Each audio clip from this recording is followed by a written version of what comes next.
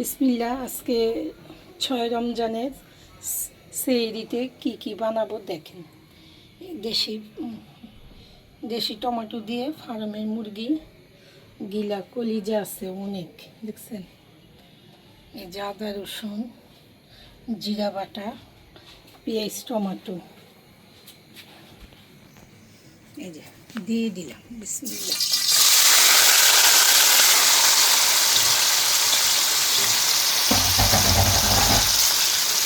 এই কড়াইটাতে না রান্না করে অনেক ভালো লাগে, অনেক ভারী, নিচ দিয়ে খাবার লাগে না, মোটামুটি আলহামদুলিল্লাহ খুবই ভালো।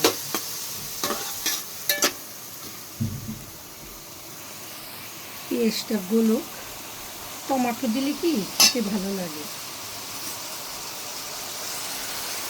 এই যে এখানে ভাত আছে, গরম ভাত বসিয়ে দিছি, সেদিকে গরম ভাত খাবো।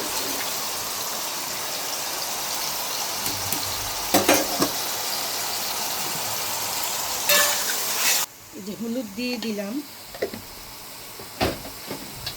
দেখেন তো, মনে হয় একটু কালকে রোজা, তাই না? দেখতে দেখতে 6টা রোজা আল্লাহর মধ্যে আইসা হয়ে গেছে।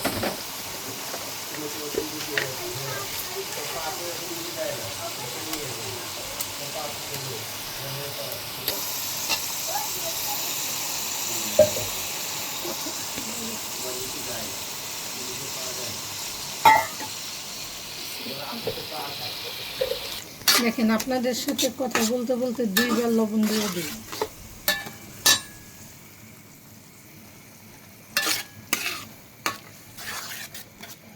ভালো করে মশলাটা কষিয়ে মুরগিটা দিব।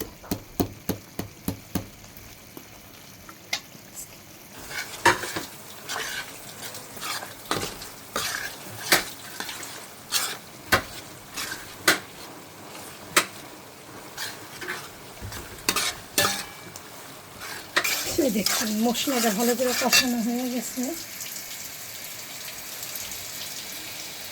যে এখানে মুরগির রান পাও সব মিলানো আছে, আবার চামড়াও আছে। জানি আবার চামড়া খেতে অনেক পছন্দ করে। এই যে আলুটাও দিয়ে দিলাম। দেখেন আমার ভাত ভালো গাইসা করছে। দেখাও দেখাও ক্যামেরাম্যান। এই যে না, যে সেচেলের ভাত তো হইতে এত সময় লাগে না, দেখছেন।